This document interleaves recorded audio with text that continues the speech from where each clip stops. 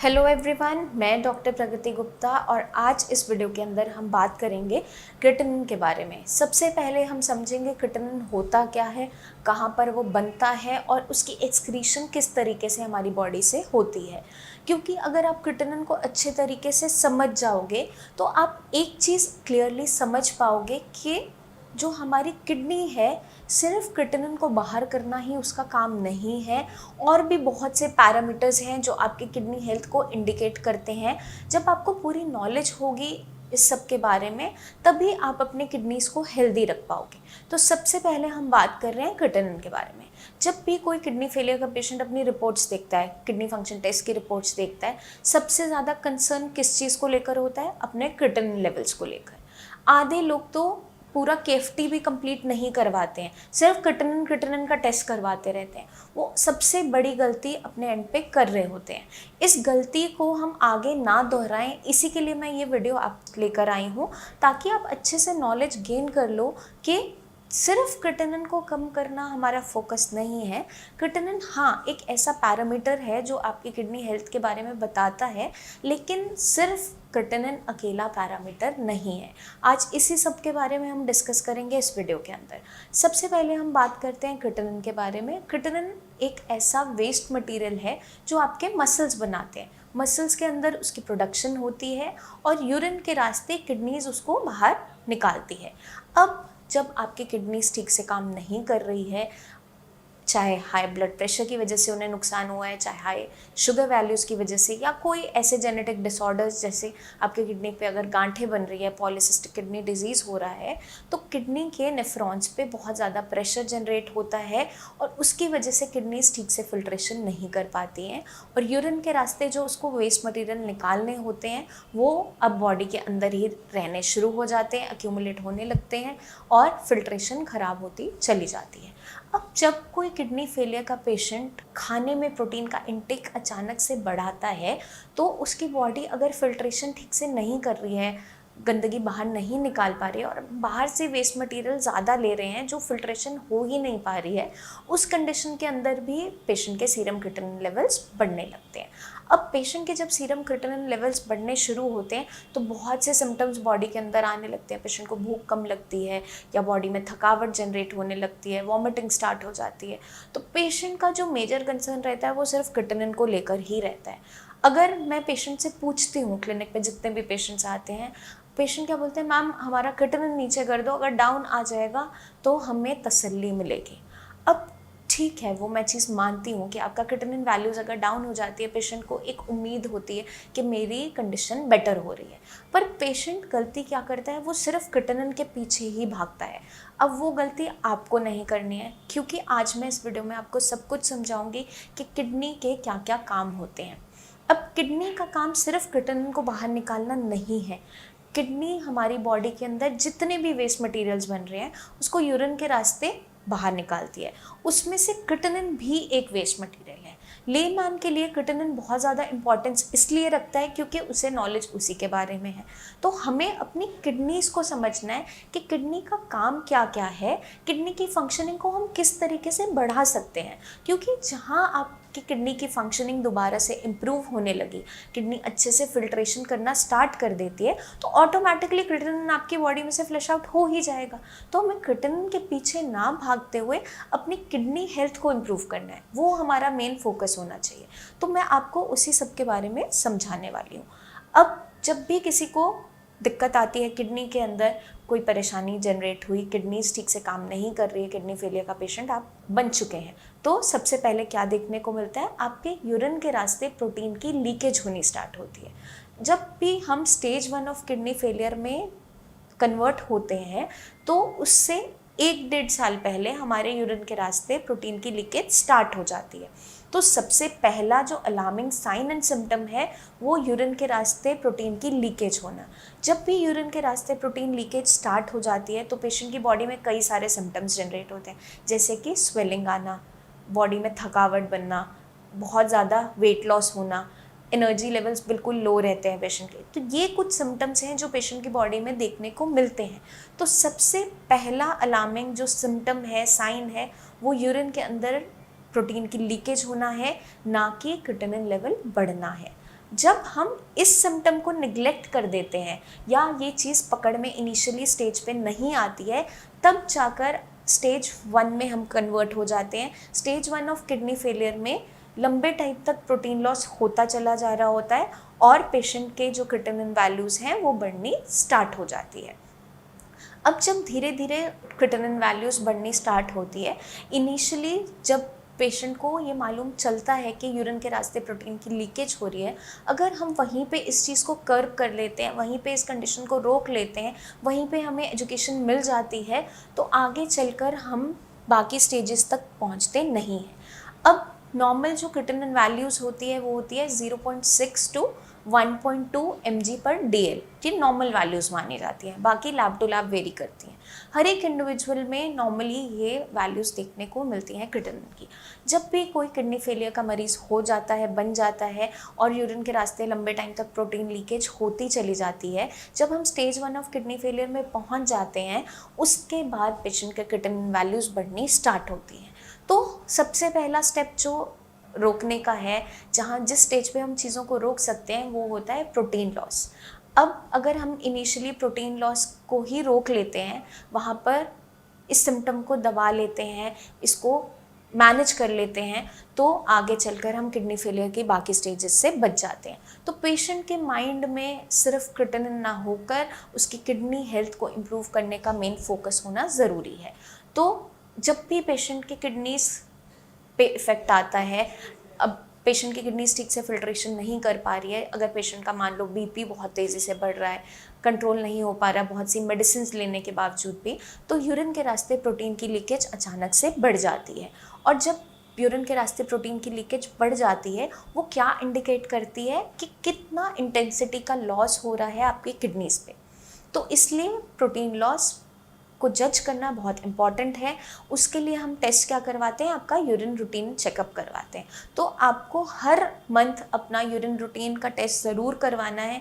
आप protein strips भी खरीद सकते हो घर पे, उनके अंदर आप यूरिन और ग्लूकोज की मात्रा कितनी लीक हो रही है उसके बारे में हम पूरा टेस्ट कर सकते हैं। उसके बारे में हम डिस्कस करेंगे नेक्स्ट वीडियो में कि यूरिन प्रोटीन टेस्ट किया कैसे जाता है, वो मैं आपको सब कुछ डिटेल में समझाऊंगी। अगर आप स्ट्रिप पे नहीं भी कर पा रहे हो टेस्ट, तो आप यूरिन रूटीन अपना टेस्ट करवाओ। यूरिन का मॉर्निंग का फ्रेश सैंपल दो। फर्स्ट सैंपल देखते हुए उसमें देखा जाएगा कि प्रोटीन की लीकेज हो रही है नहीं हो रही है। जब भी पेशेंट साई संजीवनी में आता है, उनका हम ट्रीटमेंट स्टार्ट करते हैं, तो उनका यूरिन रूटीन टेस्ट के लिए ज़रूर उसको रिकमेंड किया जाता है, क्योंकि हमें उससे पता चलता है कि इस समय किडनी पे नुकसान हो रहा है नहीं हो रहा है, अगर हो रहा है तो कितना इंटेंसिटी का नुकसान हो रहा है। वो आपका कैसे पता चलता है, यूरिन के अंदर जब भी हम प्रोटीन टेस्ट करते हैं तो कई तरीके से उसमें आता है। या तो बिल्कुल नील आता है, मतलब नॉर्मल कंडीशन है कि किडनी बिल्कुल स्टेबल कंडीशन में बनी हुई है। ट्रेसेस के फॉर्म में आता है, 1+ आता है, 2+ आता है, 3+ आता है, 4+ आता है। ये सारे के सारे क्या इंडिकेट करते हैं कि कितनी इंटेंसिटी में प्रोटीन लीकेज हो रहा है यूरिन के रास्ते। और जब हम ट्रीटमेंट शुरू करते हैं साई संजीवनी में, तो सिर्फ एक फोकस नहीं होता है कि क्रिएटिनिन को ही डाउन करना है। क्रिएटिनिन को डाउन करते हुए आपके किडनी की फंक्शनिंग को बढ़ाना होता है। ये मेन फोकस रहता है हमारे KFRT ट्रीटमेंट का। जब भी हम kidney function restoration treatment start करते हैं, उसके अंदर मेन फोकस क्या होता है कि आपकी किडनी की हेल्थ को इम्प्रूव किया जाए, किडनी की फंक्शनिंग को बढ़ाना है। क्योंकि अगर किडनी की फंक्शनिंग इम्प्रूव होनी स्टार्ट हो गई तो ऑटोमेटिकली वो यूरिन के रास्ते सारी गंदगी को फ्लश आउट करना स्टार्ट कर देगी, तो आपका क्रिएटिनिन वैल्यूज़ भी डाउन होती चले जाएगी। अक्सर पेशेंट गलती क्या कर रहा होता है, पेशेंट क्रिएटिनिन वैल्यूज़ को बिल्कुल डाउन करने के चक्कर में खाना पीना छोड़ देता है, डर के मारे खाना खा रहा होता है, या तो बिल्कुल खाना खाना बंद कर देता है, या फिर गिनी चुनी कुछ ही चीज़ें खा रहा होता है। अब हमें क्या ध्यान रखना है, हमें प्रोटीन का इंटेक लिमिटेड अमाउंट में रखना होता है या फिर बिल्कुल कर्व करना होता है। वो हम डिसाइड करते हैं पेशेंट की रिपोर्ट्स देख के।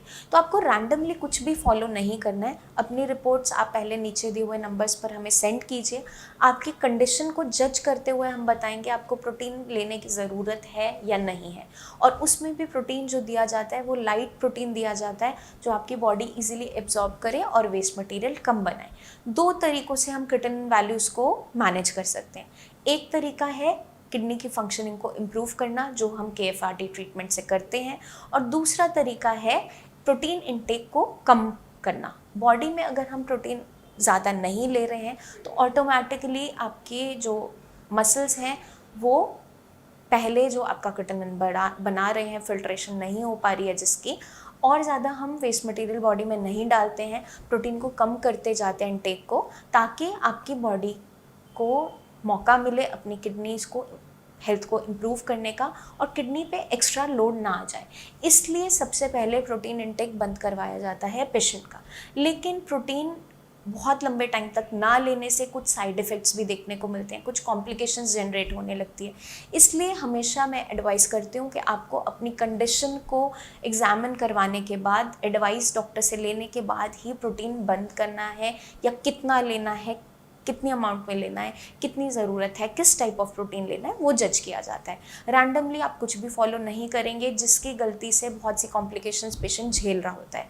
अगर पेशेंट की बॉडी में स्ट्रेंथ ठीक बनी हुई है, पेशेंट का बॉडी वेट उसकी हाइट के हिसाब से अप्रोप्रिएट है, पेशेंट की बॉडी में बहुत ज़्यादा वीकनेस नहीं है, कुछ सिम्टम्स पेशेंट फेस कर रहा है लेकिन स्ट्रेंथ फिर भी बनी हुई है, उस कंडीशन के अंदर आपके अगर क्रिएटिनिन वैल्यूज़ हायर साइड है, 6 से ऊपर जा रही है, 5, 6, 7 इसके अराउंड बनी हुई है, तो आप कुछ दिन अपना प्रोटीन इंटेक बंद कर सकते हो।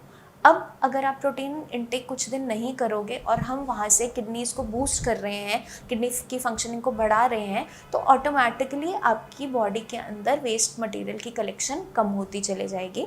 वहाँ हमने दूसरी तरफ किडनी की फिल्ट्रेशंस को बढ़ाने के लिए काम कर रहे हैं, ताकि किडनी जो गंदगी आपकी बॉडी में ऑलरेडी है उसको फ्लश आउट करना स्टार्ट कर दें, और बाहर से हम प्रोटीन की मात्रा को रोक देते हैं ताकि और एक्स्ट्रा वेस्ट मटेरियल ना जनरेट हो।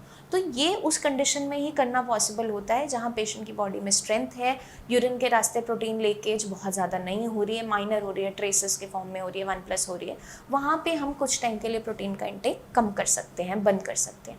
जहाँ पेशेंट की बॉडी में स्ट्रेंथ बिल्कुल नहीं है, पेशेंट का बहुत ड्रास्टिक वेट लॉस हुआ है, मान लीजिए 10-20 किलो बहुत कुछ समय में ही 6-8 महीने में डाउन हो गया है, पेशेंट को बेड से उठने में परेशानी हो रही है, बहुत ज़्यादा कमज़ोरी महसूस कर रहा है, और पेशेंट की बॉडी में बहुत ज़्यादा स्वेलिंग आई हुई है, उस कंडीशन के अंदर पेशेंट का जब हम यूरिन रूटीन टेस्ट करवाते हैं, अगर प्रोटीन की लीकेज बहुत हैवी है, 3+, 4+ प्रोटीन लॉस जा रहा है, और पेशेंट का हम ब्लड टेस्ट जब करवाते हैं, उसका किडनी फंक्शन टेस्ट करवाते हैं, उसके अंदर एक वैल्यूज़ होती है सीरम एल्बुमिन, सीरम ग्लोबुलिन और टोटल प्रोटीन, कि आपके ब्लड के अंदर प्रोटीन कितना है, उसको भी साथ में हम टेस्ट करवाते हैं। अगर आपकी वैल्यूज़ टोटल प्रोटीन ब्लड के अंदर कम है, आपके एल्बुमिन लेवल्स कम है, आपका ग्लोबुलिन कम है, उस कंडीशन के अंदर प्रोटीन डेफिशिएंसी की वजह से पेशेंट में बॉडी में स्वेलिंग जनरेट हो रही होती है। उस कंडीशन के अंदर हमें पेशेंट को लाइट प्रोटीन देना ही पड़ता है, चाहे पेशेंट के क्रिएटिनिन वैल्यूज़ 6, 7, 8, 9, 10 कुछ भी क्यों ना हो, क्योंकि हमें पेशेंट की बॉडी में आ रही कॉम्प्लिकेशन को भी रोकना है। तो उस कंडीशन में हम पेशेंट को लाइट प्रोटीन एडवाइस करते हैं, जो वेस्ट मटेरियल कम से कम बनाए बॉडी में, और बॉडी के अंदर जो सिम्टम जनरेट हो रहे हैं जैसे कि स्वेलिंग है, थकावट है, कमज़ोरी है, उसको दूर करें। अब लाइट प्रोटीन के अंदर क्या आता है, आपका मूंग दाल हो गई, आपका डबल टोन मिल्क है या गाय का दूध है, वो आप ले सकते हो। जो पेशेंट डायलिसिस पे होते हैं, लंबे टाइम से उनका डायलिसिस चल रहा है, हफ्ते में 2 बार, 3 बार या 1 बार, और उनकी बॉडी में भी अगर स्ट्रेंथ कम है, तो उस कंडीशन में भी उन्हें लाइट प्रोटीन पे रखा जाता है। तो आई होप आप समझ गए होंगे किस कंडीशन में आपको प्रोटीन लेना है, नहीं लेना है, और किस टाइप का प्रोटीन लेना है। बाकी अगर आपके माइंड में फिर भी कोई डाउट्स रह जाए तो आप नीचे दिए हुए नंबर्स पर हमें अपनी रिपोर्ट्स व्हाट्सएप कीजिए। आपकी रिपोर्ट्स को पूरा असेस करते हुए, एग्जामिन करते हुए, आपसे कुछ क्वेश्चनिंग करते हुए हम आपका ट्रीटमेंट जो पूरा प्लान है वो डिसाइड करेंगे। आपकी डाइट आपको एडवाइस की जाती है कि आपको लाइट प्रोटीन लेना है, नहीं लेना है, किस तरीके की डाइट आपको फॉलो करनी है, क्योंकि अक्सर पेशेंट गलती क्या कर रहा होता है, वो पेशेंट भी अपना प्रोटीन बंद कर चुका होता है जिसकी बॉडी में बहुत ज़्यादा कमज़ोरी हो रही होती है, उसकी वजह से पेशेंट की बॉडी में बिल्कुल भी स्ट्रेंथ नहीं रह जाती है, और जैसे ही पेशेंट का क्रिएटिनिन लेवल जंप करने लगता है और वो डायलिसिस पे जाता है, उसकी बॉडी में ताकत ही नहीं होती है उस डायलिसिस को भी सहन करने की। तो हमें अपनी कंडीशन को समझते हुए प्रोटीन का इंटेक करना है, नहीं करना है, उसके बारे में डिसाइड करना हो। तो आप सबसे पहले हमें अपनी रिपोर्ट भेजिए या क्लिनिक आकर आप मुझसे भी मिल सकते हैं। अपनी रिपोर्ट्स को पूरा असेस करवाते हुए आपका डाइट चार्ट दिया जाता है आपको। और किडनी की फंक्शनिंग को जैसे जैसे हम इम्प्रूव करते जाते हैं, ऑटोमेटिकली यूरिन के रास्ते आपके जो भी टॉक्सिन्स हैं वो फ्लश आउट होने स्टार्ट हो जाते हैं। तो हमें सिर्फ क्रिएटिनिन के पीछे नहीं भागना है, हमें किडनी की फंक्शनिंग को इम्प्रूव करना मेजर फोकस होना चाहिए। तो हमें, अगर आपका बीपी बढ़ा हुआ रहता है, बीपी और शुगर की मॉनिटरिंग आप अच्छे तरीके से करो, डेली चार्ट बनाओ, लिखो।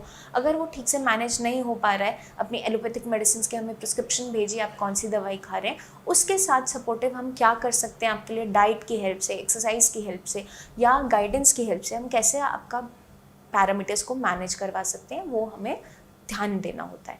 अब पेशेंट का जब भी आप टेस्ट करवाओगे, किडनी फंक्शन टेस्ट, सिर्फ क्रिएटिनिन नहीं करवाओगे, सारे पैरामीटर्स करवाओगे। आपका यूरिया है, यूरिक एसिड है, सोडियम है, पोटाशियम है, क्योंकि हर एक इलेक्ट्रोलाइट की, हर एक वैल्यू की बहुत सी इंपॉर्टेंस देखने को मिलती है।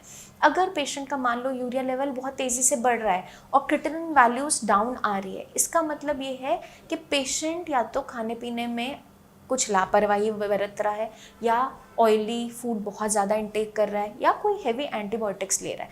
क्योंकि जब हम ट्रीटमेंट स्टार्ट करते हैं, अगर ये पैटर्न देखने को मिलता है कि पेशेंट का क्रिएटिनिन वैल्यू डाउन हो रही है, यूरिया बढ़ रहा है, तो उसके पीछे कई से रीजंस देखने को मिलते हैं। या तो पेशेंट का लिवर ठीक से फंक्शनिंग नहीं कर रहा है, उसकी वजह से लिवर के अंदर यूरिया की प्रोडक्शन अचानक से बढ़ गई है, क्योंकि आपका जो यूरिया है वो लिवर के अंदर बनता है, लेकिन फिल्ट्रेशन किडनी करती है। और अगर एक कंडीशन जनरेट होती है, पेशेंट का क्रिएटिनिन यूरिया दोनों ही डाउन जा रहा है, मतलब किडनी की फंक्शनिंग अच्छी होती चली जा रही है, उसके यूरिन के अंदर प्रोटीन की लीकेज कम हो गई है, तो इससे हम क्या मानेंगे कि किडनी अपनी फंक्शनिंग उठाना स्टार्ट कर गई है, किडनी अब बेटर परफॉर्म कर रही है और किडनी जितने भी वेस्ट मटेरियल है उनको निकाल पा रही है। तो इसलिए हमें सारे के सारे टेस्ट अच्छे तरीके से करवाने हैं। सिर्फ क्रिएटिनिन एक अकेला पैरामीटर नहीं है जो किडनी हेल्थ को बताता है, ये आज आप अच्छे तरीके से समझ लीजिए, क्योंकि पेशेंट अक्सर यही गलती कर रहे होते हैं। वो भागता रहता है क्रिएटिनिन के पीछे, उसको डाउन करने के पीछे, और किडनी को भूल जाता है। क्योंकि जब हम किडनी की परफॉर्मेंस को इम्प्रूव करेंगे, क्रिएटिनिन ऑटोमेटिकली आपके यूरिन के रास्ते बाहर जाएगा। वो चीज़ आपको समझनी ज़रूरी है, क्योंकि पेशेंट क्या करते हैं, उबला हुआ खाना स्टार्ट कर देते हैं, बहुत ज़्यादा लीच करके फूड लेना स्टार्ट कर देते हैं, प्रोटीन बिल्कुल बंद कर देते हैं, या खाना पीना डर के मारे बंद ही कर देते हैं। उससे क्या होगा, क्रिएटिनिन वैल्यूज़ कुछ टाइम के लिए, टेम्परेरी फेज के लिए कम हो जाती है ज़रूर, लेकिन एक ऐसा पीक आता है जब आपके क्रिएटिनिन लेवल्स बहुत तेज़ी से शूट अप करते हैं, क्योंकि बॉडी में आपने किडनी की फंक्शनिंग को तो इम्प्रूव नहीं किया, बाहर से हमने प्रोटीन को बंद ज़रूर कर दिया है। तो बॉडी के अंदर जितना आपका क्रिएटिनिन था मसल्स के अंदर, वो फिल्टर आउट नहीं हो पा रहा है, लेकिन एक्स्ट्रा प्रोडक्शन नहीं हो रही है, इसलिए कुछ टाइम तो वो डाउन चला जाता है वैल्यूज़, लेकिन उसके बाद जब अचानक वो शूट करता है तो इतनी बुरे तरीके से वो लेवल्स भागते हैं कि बिना डायलिसिस को उनको कंट्रोल करना मुश्किल होता चला जाता है। इसलिए हमें उस कंडीशन तक पहुंचना नहीं है, हमें अपनी कंडीशन को असेस करते हुए, अपनी रिपोर्ट्स को देखते हुए, अपने पैरामीटर्स को जज करते हुए ही हर ट्रीटमेंट को स्टार्ट करना है।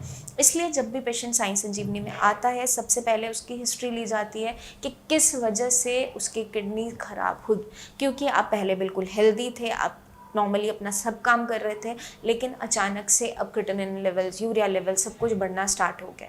तो आपकी बॉडी में कुछ ना कुछ तो ऐसी कंडीशंस तैयार हो रही थी जिन्होंने आपको इस स्टेज तक पहुंचाया, क्योंकि क्रॉनिक किडनी डिजीज़, जो किडनी फेलियर है, वो एक दिन में होने वाली बीमारी नहीं है। वो इनिशियली बहुत से साइंस एंड सिम्टम्स बॉडी में जनरेट कर रही होती है। अगर हम उनको निगलेक्ट करते हैं या हम उस समय पर उसको पकड़ नहीं पाते हैं, नेग्लिजेंस से मान लीजिए, या फिर कभी कभार वो इतने जनरल सिम्टम्स होते हैं कि पेशेंट को पता ही नहीं चलता है कि उसकी किडनी खराब हो रही है, तो उस कंडीशन के अंदर क्या देखने को मिलता है, पेशेंट के क्रिएटिनिन लेवल्स, यूरिया लेवल्स सब कुछ बढ़ने स्टार्ट हो जाते हैं।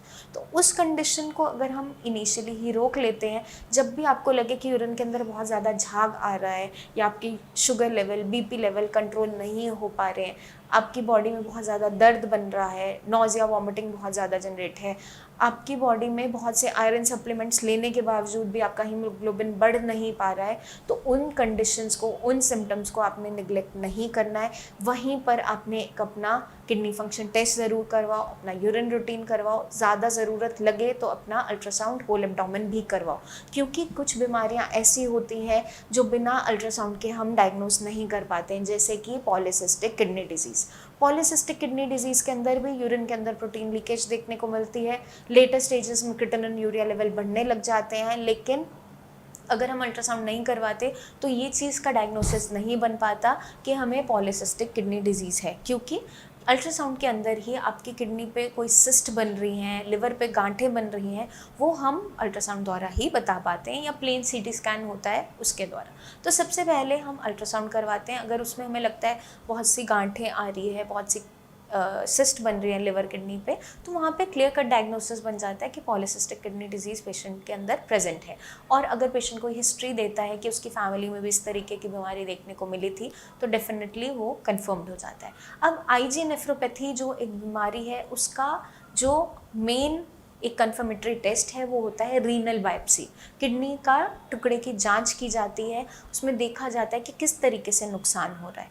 तो वो हम तब करवाते हैं अगर हमें लगता है कि अल्ट्रासाउंड के अंदर किडनी का जो साइज़ है बिल्कुल परफेक्टली फाइन है, कोई वहाँ पर सूजन देखने को नहीं मिल रही, कुछ भी हमें ऐसा नहीं मिल रहा, लेकिन फंक्शनिंग कुछ हद तक कम हो रही है, पेशेंट का क्रिएटिनिन लेवल, यूरिया लेवल भी बढ़ने की तरफ जा रहे हैं, प्रोटीन में लीकेज स्टार्ट हो गया, और पेशेंट बहुत यंग एज में इन सिम्टम्स के साथ अगर प्रेजेंट कर रहा है, तो वहाँ आपकी किडनी की बायोप्सी रिकमेंड की जाती है। तो आपको अपनी किडनी को समझना है, अपनी बॉडी को समझना है, ना कि सिर्फ क्रिएटिनिन के पीछे भागना है। क्योंकि जब हम KFRT ट्रीटमेंट स्टार्ट करते हैं पेशेंट का, तो हर महीने उसका किडनी फंक्शन टेस्ट करवाया जाता है, उसका यूरिन रूटीन का टेस्ट करवाया जाता है, उसकी हीमोग्लोबिन वैल्यूज़ कितनी है वो जांच करी जाती हैं, साथ के साथ उसका सीरम बाइकार्बोनेट का टेस्ट करवाया जाता है। सीरम बाइकार्बोनेट जो है उसकी एक अलग से इम्पॉर्टेंस है बॉडी के अंदर। सीरम बाइकार्बोनेट जो टेस्ट होता है वो आपकी बॉडी का pH कैसा है, आपका ब्लड के अंदर ब्लड आपका जो है एसिडिक है, बेसिक है, खून ज़्यादा तेज़ाबी तो नहीं हो रहा है, उसको बताने में मदद करता है सीरम बाइकार्बोनेट का टेस्ट। अगर सीरम बाइकार्बोनेट की वैल्यूज़ आपकी 22 से 29 mg/dl से बिलो आती है, इससे नीचे की तरफ आती है, तो हम क्या मानते हैं कि बॉडी के अंदर मेटाबॉलिक एसिडोसिस होना स्टार्ट हो गया, बॉडी बहुत ज़्यादा एसिडिक हो रही है। अब जब बॉडी बहुत ज़्यादा एसिडिक होनी स्टार्ट होती है तो कई सारे सिम्टम्स पेशेंट की बॉडी में देखने को मिलते हैं। पेशेंट के यूरिया क्रिएटिनिन लेवल्स तो जंप करते ही करते हैं, कभी कभार पेशेंट की बॉडी में वॉमिटिंग है, नोजिया है, लूज मोशन होना, ये सिम्टम्स भी देखने को मिल जाते हैं। तो इसलिए हमें ये सारे के सारे टेस्ट करवाने ज़रूरी होते हैं ताकि हम किडनी की हेल्थ को जज कर सकें। सिर्फ क्रिएटिनिन टेस्ट करवाने से किडनी की हेल्थ के बारे में पूरी नॉलेज नहीं मिल पाती, क्योंकि वो सिंगल एक पैरामीटर है जो हमें बस यही बता रहा है कि क्रिएटिनिन यूरिन के रास्ते फ्लश आउट कितना हो पा रहा है, नहीं हो पा रहा है। तो इसलिए आपने हमेशा कंप्लीट टेस्ट करवाने हैं, क्योंकि कभी कभार क्या होता है, आप पिछली अपनी रिपोर्ट KFT उठाओगे और नेक्स्ट उठाओगे, उसमें आप कंपेयर करना सीखो। अगर आपके क्रिएटिनिन और यूरिया लेवल्स दोनों अच्छे तरीके से डाउन जा रहे हैं पिछली रिपोर्ट से, या उतने ही स्टेबल बने हुए हैं, तो मतलब किडनी की परफॉर्मेंस इम्प्रूव हो रही है। अगर आपका यूरिया लेवल डाउन है और क्रिएटिनिन अप जा रहा है, क्योंकि आजकल ज़्यादातर पेशेंट के साथ ये देखने को मिल रहा है पैटर्न, अब यूरिया तो लेवल पिछली रिपोर्ट से डाउन है, क्रिएटिनिन ऊपर की तरफ गया हुआ है, उसके पीछे बहुत से एक्सटर्नल फैक्टर्स हो सकते हैं। पेशेंट की बॉडी में फीवर आना, बॉडी के अंदर दर्द होना, या पेशेंट ने बहुत ज़्यादा ट्रैवलिंग की है, एक्सर्शन वाला काम किया है, सर्दी खांसी जुकाम बनाए, या फिर कोविड की वैक्सीन लगाई है। क्योंकि जितने भी पेशेंट कोविड की वैक्सीन लगवा रहे हैं, 1-2 दिन के लिए माइल्ड फीवर बॉडी एक्स देखने को मिलता है, तो उससे आपने घबराना नहीं है, वो टेम्परेरी फेज़ है। अपनी वैक्सीनेशन ज़रूर करवानी है, क्योंकि अचानक से कोविड के केसेस बहुत तेज़ी से बढ़ रहे हैं, उससे आपको सेफ़ रहने के लिए वैक्सीन लगवाना ज़रूरी है। बट अगर उस टेम्परेरी फेज़ के लिए आपका क्रिएटिनिन जंप कर रहा है और यूरिया डाउन आ रहा है, तो हमें पता चल जाता है कि ये एक्सटर्नल फैक्टर की वजह से हुआ है। तो जब आप कंप्लीट अपना टेस्ट करवाओगे, तभी तो उस पैरामीटर को आप अच्छे तरीके से जज कर पाओगे, उसको साथ में कंपेयर कर पाओगे, क्योंकि आपको पता चलेगा कि क्या हो रहा है। उससे हमें क्या पता चलता है कि किडनी की परफॉर्मेंस पे दिक्कत नहीं आई है, किडनी अपना फंक्शनिंग उठाना स्टार्ट कर गई है, लेकिन किसी ना किसी एक्सटर्नल फैक्टर से हमारा क्रिएटिनिन लेवल जंप किया है, तो उसको हम उस तरीके से मैनेज कर पाते हैं। इसलिए पूरी नॉलेज होना ज़रूरी है अपनी किडनी के बारे में, किडनी की फंक्शनिंग के बारे में, क्योंकि किडनी सिर्फ क्रिएटिनिन को बाहर ही नहीं निकालती है बॉडी से, बाकी सारे टॉक्सिन्स को बाहर निकालना भी उसका काम है, है, बॉडी के अंदर अच्छे तरीके से ब्लड की वैल्यूज़ को मेंटेन करना उसका काम है, आपका हीमोग्लोबिन की वैल्यूज़ को मेंटेन करना काम है, क्योंकि किडनी एक हार्मोन बनाती है एरिथ्रोपोइटिन, जो मदद करता है आगे ब्लड फॉर्मेशन को करवाने में। तो जब भी पेशेंट का हीमोग्लोबिन फॉल कर रहा है, आयरन सप्लीमेंट्स लेने के बावजूद भी बढ़ नहीं पा रहा है, तो उस कंडीशन में हमें इरिथ्रोपोइटिन की सप्लीमेंटेशन इंजेक्टेबल्स के फॉर्म में बाहर से देनी ज़रूरी होती है। इसलिए अगर आपको पता होगा कि मेरी किडनी की परफॉर्मेंस कैसी है, रिपोर्ट्स की हेल्प से, गाइडेंस की हेल्प से, तभी आप उसको आगे हेल्दी रखने में सक्षम हो पाओगे। क्योंकि आपको अगर पता ही नहीं है कि किडनी की परफॉर्मेंस पे दिक्कत आ रही है, आप सिर्फ क्रिएटिनिन के पीछे ही भागते चले जा रहे हो, तो उस कंडीशन में वो गलती आपको अब नहीं करनी है। आई होप ये वीडियो आपको मदद करेगी क्रिएटिनिन को समझने में, किडनी हेल्थ को समझने में, अपनी बॉडी को समझने में। क्योंकि जो गलती कुछ पेशेंट्स कर रहे होते हैं, मैं नहीं चाहूँगी कि अब आप करो। क्योंकि अगर आप अपनी किडनीज़ को हेल्दी रखना चाहते हो, उनकी परफॉर्मेंस को इम्प्रूव करना चाहते हो, उनकी फिल्ट्रेशन को बढ़ाना चाहते हो, तो हमें कुछ चीज़ों का खास ध्यान रखना है। आपको अपनी डाइट को अच्छे तरीके से मेंटेन करना है, आपको मेडिसिन जो प्रिस्क्राइब करते हैं उसको आपको टाइमली लेना होता है, अपनी बीपी शुगर की मेंटेनेंस ज़रूर करनी है। क्योंकि जब तक आप रीज़न को हटाओगे नहीं जिसकी वजह से किडनीज़ ख़राब हो रही हैं, तब तक पूरी तरीके से इस बीमारी की मैनेजमेंट नहीं हो पाती। क्योंकि किडनी फेलियर जो बीमारी है, उसके अंदर पेशेंट की बॉडी में बहुत सी कॉम्प्लिकेशन साथ में जुड़कर आ जाती हैं। पेशेंट की बॉडी में थकावट होना, स्वेलिंग होना, कमज़ोरी जनरेट होना, तो हमें उस चीज़ को आगे ना वो बढ़े, हमें फर्स्ट स्टेप पे ही उसको रोक लेना है। तो जहाँ हमें शुरुआत में ही लगता है कि आपका बीपी की वैल्यूज़ बढ़ रही है, आपके शुगर लेवल्स बढ़ रहे हैं, आपके यूरिन के अंदर झाग आ रहा है, तो वहीं पे सतर्क होना ज़रूरी है। अपना यूरिन रूटीन का टेस्ट ज़रूर करवाओ, उसमें अगर प्रोटीन की लीकेज आ रही है तो वो इंडिकेट करती है कि इस समय किडनी पे डैमेज हो रहा है। तो आई होप ये वीडियो मदद करेगी आपको अपनी किडनीज़ को बेटर तरीके से समझने में। जल्दी ही मिलेंगे हम नेक्स्ट वीडियोज़ में, जिसमें मैं लेकर आऊँगी बहुत सी टिप्स जो मदद करेंगी आपकी किडनी हेल्थ को इम्प्रूव करने में। तब तक के लिए आप अपना खास ध्यान रखिए। Take care.